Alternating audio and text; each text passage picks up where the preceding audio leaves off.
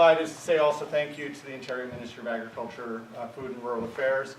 Steve is with OMAFRA that Louise mentioned, Katie Nolan, Karen who's here, Heather. They've been very supportive in giving us information and in responding to some of our questions and kind of helping us get connected as we do this research project. Kim and I have been doing this project. Kim's standing over in the corner. Primarily interviewing, to date we've been interviewing farmers. Farmers from all of Hastings County, from the south to the north, mostly in the south, but some in the north. And I'm pleased to say last week we did a community feedback session. We've done 2 of those, where we invited people from the farm community to come out, and we shared some of what we've been hearing from our interviews and said, does this sound like your story? Like, are we missing things? Are we going in the right direction here? And we had a great session down here, but I was also pleased to say we had 30 people come out in Maynooth last Tuesday, in the middle of a snowstorm.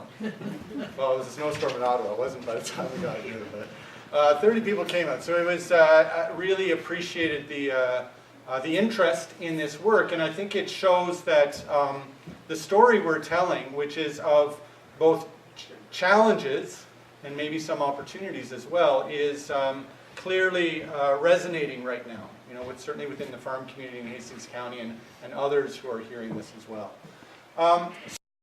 Kim and I will be writing 2 kinds of reports out of our research. One for you and for the community and for Harvest Hastings, basically saying this is what we've been hearing about the challenges your community is facing.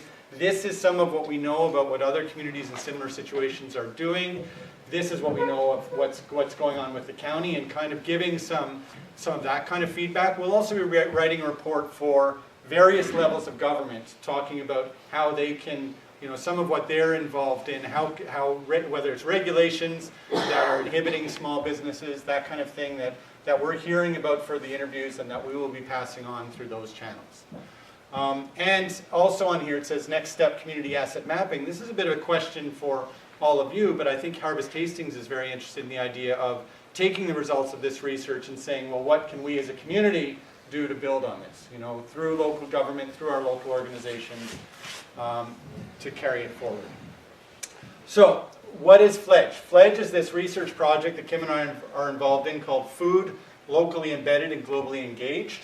We're based out of Wilfrid Laurier University, Alison Blake Palmer, and we have research partners around the world, really, certainly across Canada. There are nodes in Nova Scotia, Quebec, several parts of Ontario, the Prairies, and the West Coast. And all of it sort of around the idea of trying to understand how to make sustainable food systems that are socially just, support local economies, ecologically regenerative, foster citizen engagement. And just to give you an example of what this means in practice, one of our partners in Nova Scotia is an organization called FarmWorks. And this is an organization that lobbied the provincial government, among several others, to create these things called Community Economic Development Investment Funds, or CEDIF. And what a CEDIF is it allows Nova Scotians to invest RRSP money in local economic development within the province, and then to get tax benefits for doing so. And so FarmWorks has a board of about 20 farmers who review applications from often young startup farmers who don't have access to capital, but are looking to start a food or a farm-related business. And they'll get the financial support through FarmWorks, through this RRSP money being invested in return, and then they've got to pay the payments back, right? It's a loan. But it's a loan that comes from a group of 20 people who really study your business application and say, is this going to fly? And then give you the guidance and mentoring that you need along the way. So it's a really interesting model that so far, I just looked on their website this morning, they've funded 72 projects since they got started in 2011. Just under $2 million so far in loans. So not huge loans, but money to get people started in a variety of businesses. Okay, so now let's talk about Hastings County. These are the research questions that we started off with. I'll tell you a bit about how they shifted a little bit over time, but we were really trying to understand what are the practices for developing a sustainable agriculture in Hastings County? And this is about sustainable livelihoods, so it's partly about food, but it might also be about woodlots on the farm and sustainable woodlot management and so on. It's a holistic thing that also needs to consider off-farm employment and the whole package of how people make sustainable livelihoods work in rural parts of this part of the province.